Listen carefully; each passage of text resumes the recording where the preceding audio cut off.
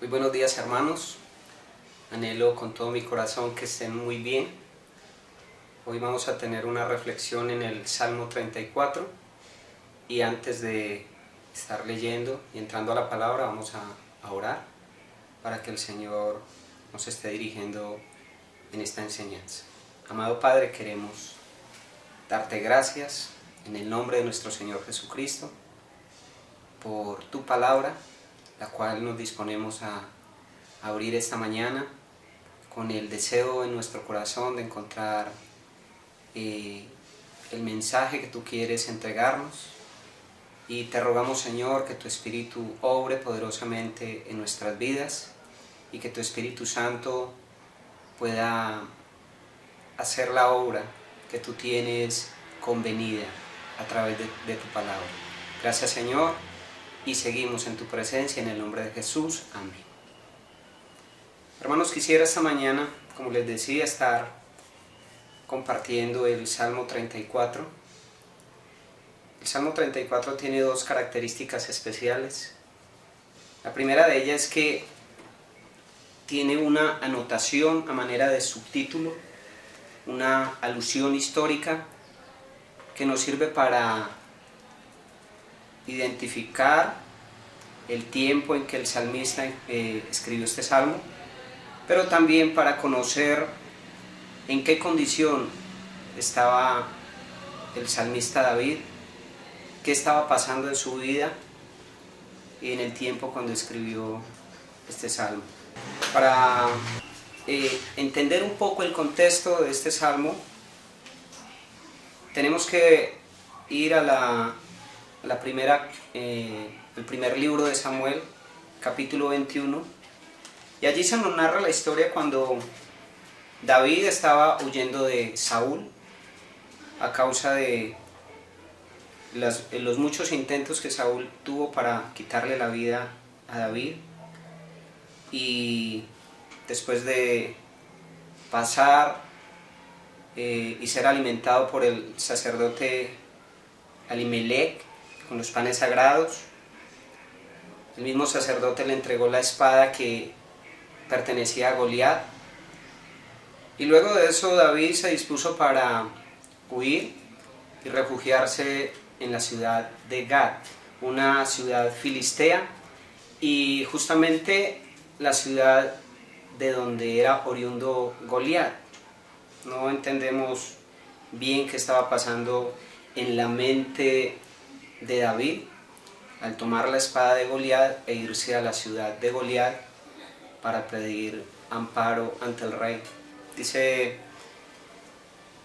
Salmo de David: cuando mudó su semblante delante de Abimelech, y él lo echó y se fue. Dice en el texto entonces de Primera de Samuel, capítulo 21, versículo 10, para entender un poco más.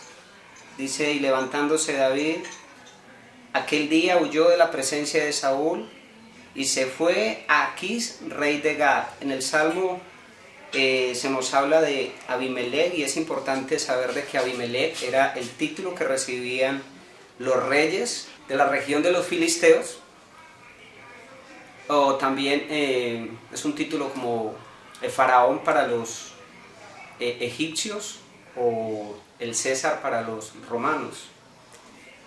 Pero el nombre del rey era Aquís, y entonces dice la palabra: y levantándose David aquel día huyó de la presencia de Saúl y se fue a Aquís, rey de Gat.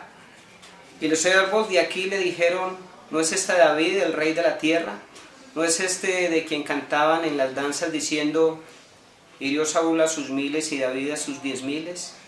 Y David puso en su corazón estas palabras y tuvo gran temor de Aquís, rey de Gat, y cambió su manera de comportarse delante de ellos, y se fingió loco entre ellos, y escribía en las portadas de las puertas, y dejaba correr la saliva por su barba. Y dijo Aquís a sus siervos: he aquí veis que este hombre es demente, ¿por qué lo habéis traído a mí? ¿Acaso me faltan locos para que hayáis traído a este que hiciese de loco delante de mí? ¿Había de entrar este en mi casa? Y el texto nos sigue diciendo de que después de esta situación, David huyó a la cueva de Adulán y allí se escondió.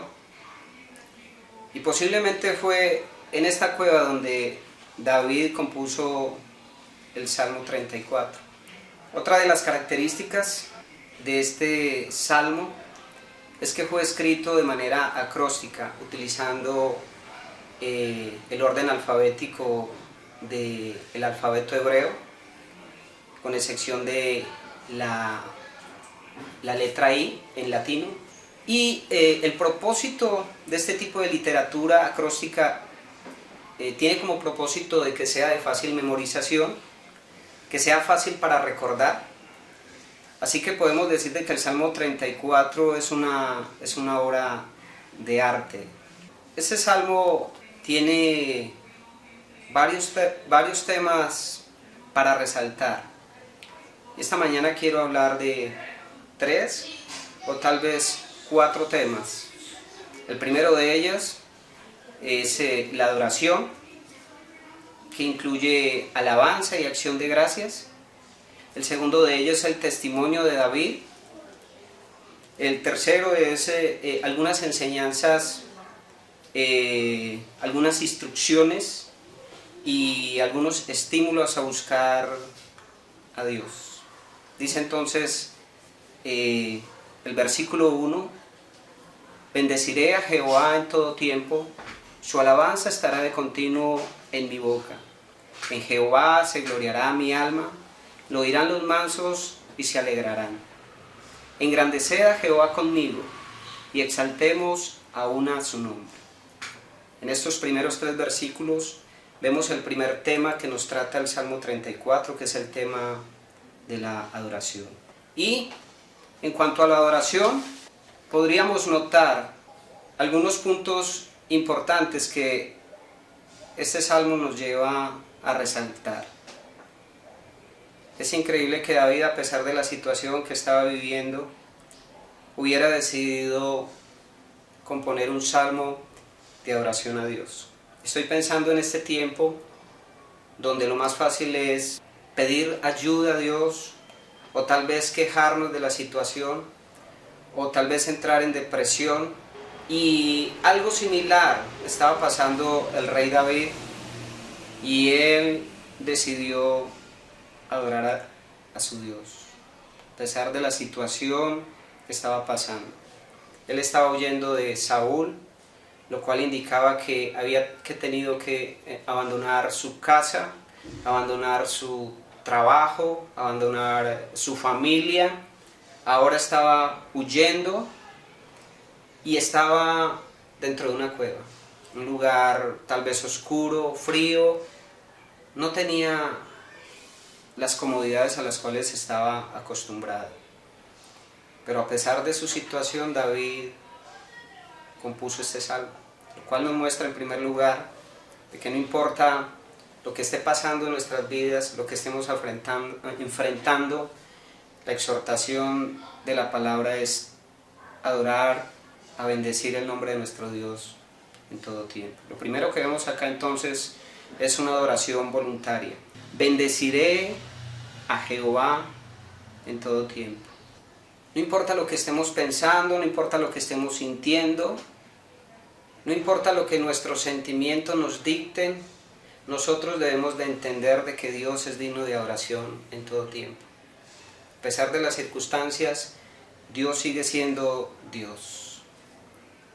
Ni la persecución, ni el encierro dentro de una cueva, ni el hambre que pudo haber padecido David, ni el abandono de su familia, ni toda esta situación cambió la forma de Dios. Dios siguió siendo su Dios. La Escritura dice: hermanos, tened por sumo gozo cuando os halléis en diversas pruebas. Uno se pregunta, ¿por qué David decidió en medio de esa situación adorar a su Dios, bendecir a Jehová, derramar alabanza delante de él? Y es que David toma la determinación de adorar a Dios con base en el conocimiento que David tiene de Dios.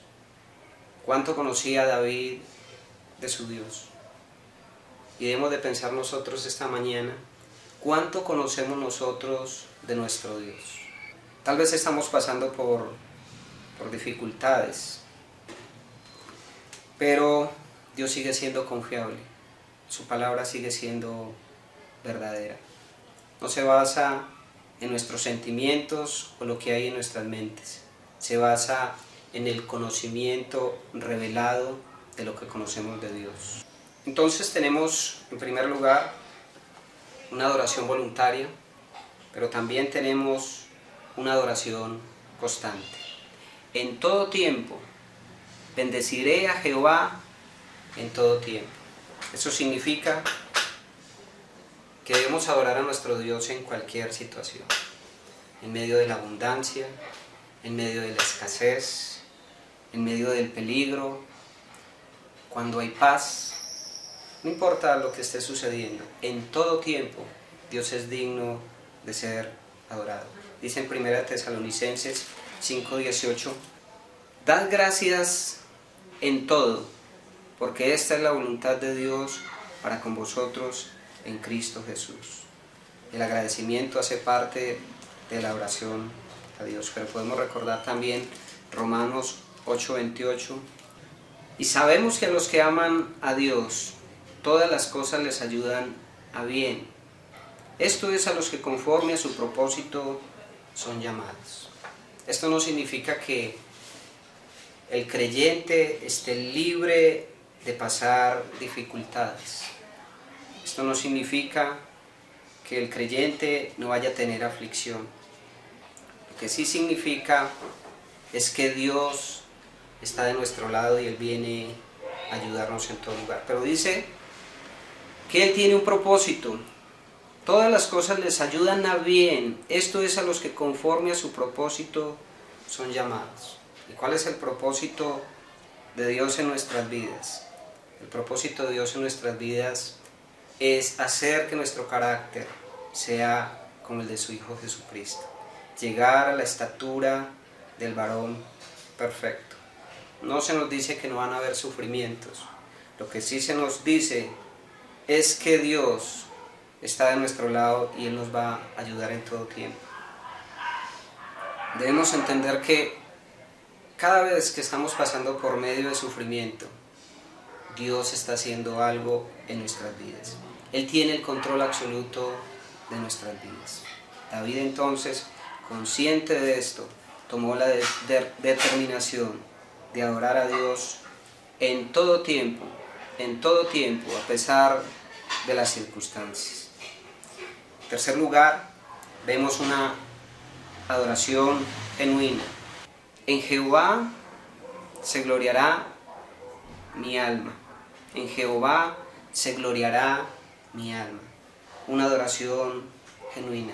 Es difícil en tiempos como estos ser genuinos en nuestra adoración, porque tal vez nuestro corazón está lleno de amargura, de tristeza, no sabemos qué va a pasar, y es difícil que salga de nosotros una alabanza si no es que hemos entendido lo que ya hemos hablado, de que Dios tiene el control de todo. Esta palabra gloriarse, podemos pensar también en alardear de Dios, alardear de los atributos de Dios, hablar bien de nuestro Dios, de su poder, de su grandeza, de cada uno de sus atributos. Es hacer un reconocimiento de todas las cosas buenas que provienen de nuestro Dios. En el caso de David, él pudo haberse gloriado en la capacidad que tuvo, en la forma inteligente que tuvo de actuar como un loco delante del rey para no ser muerto. Él pudo haber dicho, pero qué inteligente soy, me voy a gloriar en esto porque soy bien astuto, pero sin embargo, él vio que a pesar de la inteligencia que tuvo para actuar de esa manera, fue Dios el que lo liberó de la mano de Aquís. Era Dios el que lo estaba librando, era Dios el que lo protegía en todo tiempo. Él era consciente de que se debía totalmente a Dios. Para nosotros es más fácil a veces gloriarnos de nuestras capacidades, de nuestros propios logros, de nuestra inteligencia, de nuestro conocimiento. Es lo normal en el ser humano, gloriarse en sí mismo. Pero este tipo de gloria, este tipo de alabanza genuina nos habla de un acto en la cual no hay ninguna jactancia humana, no es una vanagloria, sino que es un reconocimiento a nuestro Dios. En 1 Corintios capítulo 1, versículo 26, dice la Escritura: pues mirad, hermanos, vuestra vocación, que no sois muchos sabios según la carne, ni muchos poderosos, ni muchos nobles, sino que lo necio del mundo escogió Dios para avergonzar a los sabios, y lo débil del mundo escogió Dios para avergonzar a los fuertes, y lo vil del mundo y lo menospreciado escogió Dios, y lo que no es para deshacer lo que es, a fin de que nadie se jacte en su presencia. Mas por él estáis vosotros en Cristo Jesús, el cual nos ha sido hecho por Dios sabiduría, justificación, santificación y redención, para que, como está escrito, el que se gloría, gloríese en el Señor. Pablo decía que si había algo de lo que él se podía gloriar, era en sus debilidades. Hermanos, en lo único que nosotros nos podemos gloriar, si de algo podemos alardear, es de nuestras debilidades. Pero cuando adoramos a nuestro Dios de una manera genuina, estamos reconociendo de que Él es el todo para nosotros, para que, como dice la Escritura, el que se gloría, gloríese en el Señor. También vemos en este salmo un tipo de adoración verbal. Bendeciré a Jehová en todo tiempo, su alabanza estará de continuo en mi boca. Una alabanza verbal. Este salmo es un canto, no podemos olvidar esto. Es una expresión audible de los atributos y la gloria de Dios. Muchas veces somos tímidos a adorar a Dios y mucho más en estas situaciones. Pero vemos un ejemplo muy claro en el libro de Apocalipsis, capítulo 5, versículo 11, dice: y miré y oí la voz de muchos ángeles alrededor del trono y de los seres vivientes y de los ancianos, y su número eran millones de millones, que decían a gran voz: el Cordero que fue inmolado es digno de tomar el poder, la riqueza, la fortaleza, la sabiduría y la fortaleza, la honra, la gloria y la alabanza.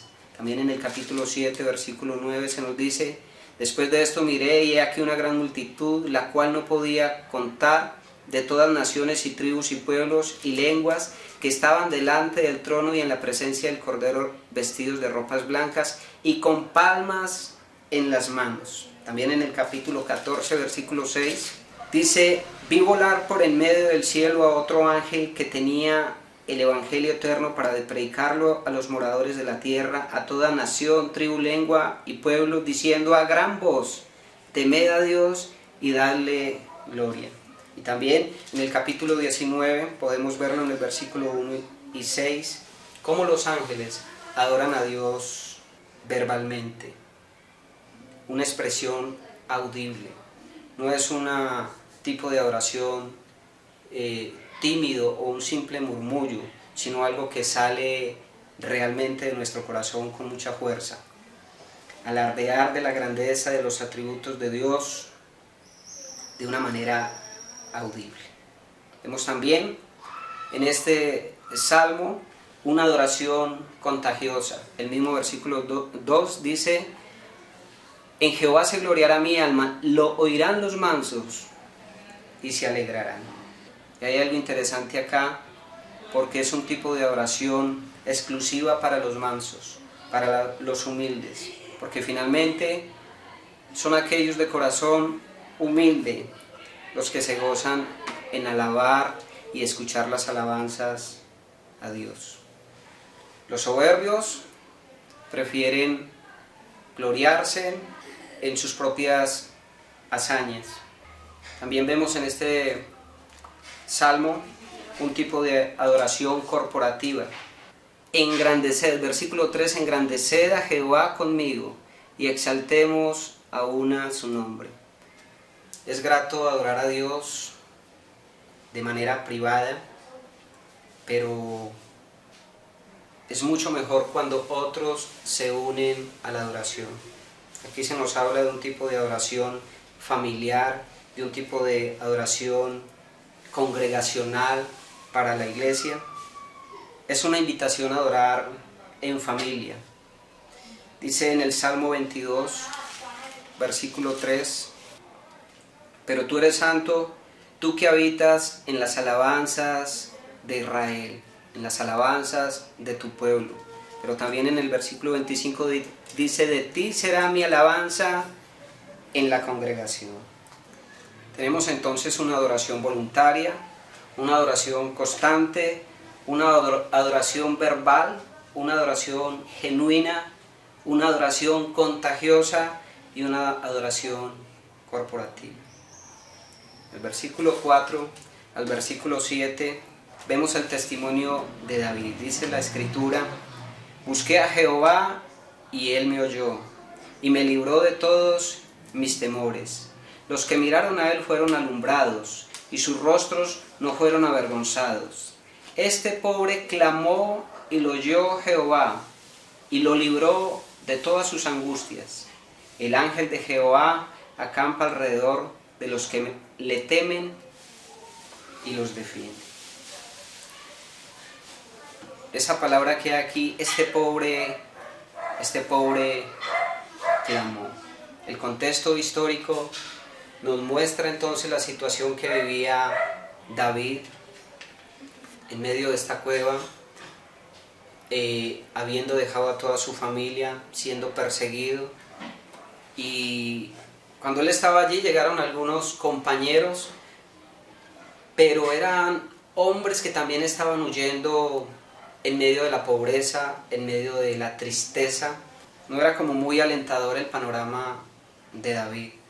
Pero dice David que ese pobre, él en su condición de pobreza, él en su situación de miseria, clamó a Dios, clamó a Jehová, y Jehová le oyó. Hermanos, hay situaciones, hay momentos cuando miramos a nuestro alrededor y no tenemos recursos propios para seguir adelante. No hay esperanza, hay demasiado temor, nos sentimos derrotados, y es en esos momentos cuando podemos estar recordando el Salmo 34. Es cuando podemos estar recordando de que en medio de esas situaciones es que Dios deja ver más claramente su misericordia y su poder obrando a favor de sus hijos. Dice un comentarista, hablando acerca de esta palabra, el clamor, dice: el clamor es el lenguaje del dolor, el clamor es un momento amargo, es corto y nada dulce, es una expresión natural. Y lo que David estaba haciendo en esta situación era de una manera natural, clamar delante de su Dios. En esos momentos, como decía, es cuando vemos con más claridad la mano de Dios sobre sus hijos. David hace un contraste acá, en este salmo, versículo 4 dice: busqué a Jehová. Y dice en el versículo Dios como respuesta: este pobre clamó y lo oyó Jehová. También dice en el versículo 5: los que miraron a él fueron alumbrados. El contraste es: David clamó y en contraste Dios le escuchó. En contraste, los que miraron a él, el contraste es que fueron alumbrados, y sus rostros no fueron avergonzados. Cuando clamamos a Dios, Dios nos deja ver su poder, Dios nos deja ver su manifestación, su amor, su misericordia. Él trae a nosotros su paz, su consuelo, cuando clamamos a Él y cuando lo miramos a Él. David da testimonio de cómo Dios lo había librado. Filipenses capítulo 4, versículo 7, dice: regocijaos en el Señor siempre, otra vez digo regocijaos. Vuestra gentileza sea conocida de todos los hombres, el Señor está cerca. Versículo 6, por nada estéis afanosos, sino sean conocidas vuestras peticiones delante de Dios en toda oración y ruego con acción de gracias. Y la paz de Dios, que sobrepasa todo entendimiento, guardará vuestros corazones y vuestros pensamientos en Cristo Jesús. Mira que nos dice, y la paz de Dios solucionará todos sus problemas, y la paz de Dios entonces te va a dar salud inmediata, y la paz de Dios cubrirá tus deudas. No es lo que dice. Lo que dice es que Dios cuidará nuestros corazones en Cristo Jesús. Él no nos asegura librarnos de la angustia, pero sí prometió guardar nuestras vidas y nuestros corazones en Cristo Jesús. Y tal vez en algunas ocasiones también librarnos de nuestras dificultades. El deseo de Dios es que a través de las dificultades nuestro carácter sea formado, como lo decíamos, a la estatura del hombre perfecto. Dios nos defiende. Dice, el ángel de Jehová acampa alrededor de los que le temen y los defiende. Tal vez Dios ha permitido que pasemos por situaciones diversas, pero si estamos hoy delante de Él, estamos dando testimonio de que Él ha cumplido su promesa en cuidarnos, en mantenernos en la fe.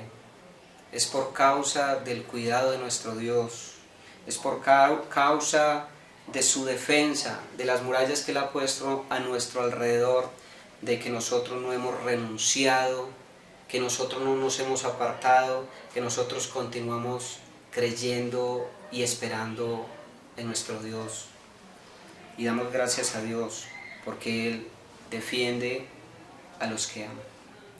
En tercer lugar, ya para terminar, vemos algunas enseñanzas, algunas instrucciones y algunos estímulos espirituales que David da a través de este salmo. Dice la escritura en el versículo 8: gustad y ved que es bueno Jehová. Dichoso el hombre que confía en él. Temed a Jehová vosotros sus santos, pues nada falta a los que le temen. Los leoncillos necesitan y tienen hambre, pero los que buscan a Jehová no tendrán falta de ningún bien. Gustad y ved. Solamente viviendo la experiencia de conocer a Dios es que podemos darnos cuenta de cuán agradable es Dios.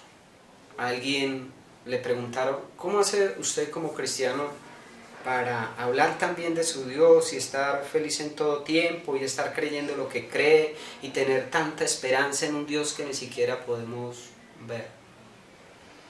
Él cogió una naranja, la peló y la mordió. Y le preguntó, ¿usted sabía qué sabe esta naranja? La persona dijo, no, lógicamente no sé. Dijo, exactamente, para usted saber a qué sabe Dios, para usted poder degustar a Dios, usted tiene que estar probando de Él, usted tiene que estar gustando de Él para saber quién es Dios. Nosotros hemos tenido la fortuna de haber gustado una vez de nuestro Dios, de ver a nuestro Dios de una manera cercana, vivir la experiencia de conocer a nuestro Dios, de conocer sus revelaciones, de conocer en una íntima relación con nuestro Dios el plan perfecto que Él tiene. Es placentero, es agradable gustar de nuestro Dios. Dios es bueno. Y es interesante que David habla acerca del gusto, de gustar, de deleitarse. Es una experiencia placentera gustar de Dios, buscar de Dios. Dice el versículo 10, los leoncillos necesitan y tienen hambre, pero los que buscan a Jehová no tendrán falta de ningún bien. Tal vez los hijos del rey de la selva puedan llegar a padecer hambre, pero los hijos del Rey de Reyes serán saciados de todo bien. Dice también el versículo 11, venid hijos, oídme, el temor de Jehová os enseñaré. ¿Quién es el hombre que desea vida, que desea muchos días para ver el bien? Él está diciendo, el temor de Jehová os enseñaré.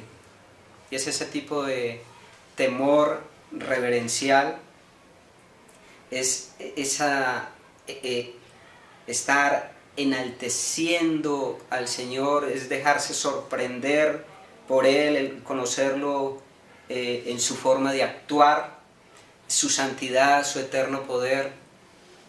Es ese tipo de temor, un temor reverencial que nos lleva a adorarle y a estar en reverencia todos los días de nuestra vida, en una práctica de vida cotidiana. Esto es vida en sí mismo. Este estilo de vida, esta forma de vida, no solamente trae vida, sino que es vida en sí mismo. Contrario a lo que decimos de tener esa práctica de adoración, esa práctica de temor reverencial delante de nuestro Dios, lo contrario de eso es ir en contra de Dios, es darle la espalda a Dios, es querer vivir en guerra contra Dios. Esto realmente es un suicidio, esto es muerte en sí mismo. Así que la invitación que se hace a través de este pasaje es venir delante de nuestro Dios, gustar de nuestro Dios. El temor de Jehová os enseñaré. ¿Quién es el hombre que desea vida, que desea muchos días para ver el bien? Y él luego da algunos consejos para poder vivir en esa reverencia y en ese temor delante de Dios.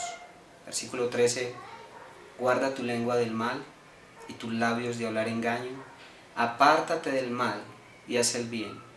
Busca la paz y síguela. Los ojos de Jehová están sobre los justos y atentos sus oídos al clamor de ellos.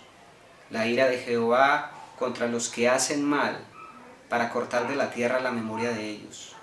Claman los justos, y Jehová oye y los libra de todas sus angustias. Cercano está Jehová a los quebrantados de corazón, y salva a los contritos de espíritu. Muchas son las aflicciones del justo, pero de todas ellas le librará Jehová. Él guarda todos sus huesos, ni uno de ellos será quebrantado. Matará al malo la maldad, y los que aborrecen al justo serán condenados. Jehová redime el alma de sus siervos, y no serán condenados cuantos en él confían. Definitivamente Dios es el que hace la diferencia. Y vemos otro contraste en estos últimos versículos. El versículo 15 dice, para los justos, los ojos de Jehová están sobre los justos. Como contraparte, en el versículo 16 dice, la ira de Jehová contra los que hacen mal. Entonces, para los justos, los ojos de Dios están sobre ellos. Para los impíos, la ira de Jehová está sobre ellos. En el versículo 17, para los justos dice, claman los justos y Jehová oye y los libra de todas sus angustias. Como contraparte, para los impíos, el versículo 21 dice, matará al malo la maldad. Su misma maldad los matará. Definitivamente, Dios es el que hace la diferencia. Por eso, si usted, que me puede escuchar esta mañana, aún no ha tomado parte con Dios, aún no ha gustado a Dios, aún no se ha acercado, aún no ha clamado salvación a Dios, este es el momento justo, este es el tiempo justo para venir en temor y en reverencia delante de Él. Él quiere tomarlo en sus manos. Él quiere brindarle esa protección que solamente Él puede dar. No solamente quiere bendecirle, quiere librarle de los días malos, sino ante todo, Él quiere librar su alma del infierno. Él está dispuesto y Él le ha buscado por largo tiempo. Él en Cristo Jesús dio la solución a su problema más grande, el problema del pecado. Así que la invitación de esta mañana es que usted venga y guste de nuestro Dios, que guste del Dios que salva, del Dios bueno, del Dios poderoso, hacedor de milagros. Y hermanos, que este texto nos esté motivando a adorar a nuestro Dios en todo tiempo, en medio de esta dificultad. No importa si hay dudas, no importa si viene el temor, no importa si las cosas están patas arriba, que nosotros podamos tener la determinación que tomó David de adorar a nuestro Dios en todo tiempo, y que su alabanza esté de continuo en nuestra boca, y que nuestra alma se gloríe en todo tiempo en el Dios grandioso que tenemos. Que Dios les bendiga. Padre, queremos darte gracias una vez más por tu palabra. Y queremos, Señor, rogarte en el nombre de Jesús que tú nos ayudes a vivir esta realidad, que se haga carne en nuestras vidas. Qué difícil es expresar alabanza y adoración en medios difíciles, en dificultades. Pero tú eres Dios. No solamente eres digno de nuestra alabanza y de nuestra adoración, sino que tú has dejado ver que eres un Dios confiable. Tú eres un Dios que cumple sus promesas. Eres un Dios cercano, un Dios que nos ama, que nos cuida, que nos defiende. Nuestras vidas están en tus manos y por eso estamos seguros en ti. Ayúdanos, Señor, a que nuestros labios, nuestra alma y todo nuestro ser pueda expresar adoración en todo tiempo. Te lo rogamos en el nombre de Jesús.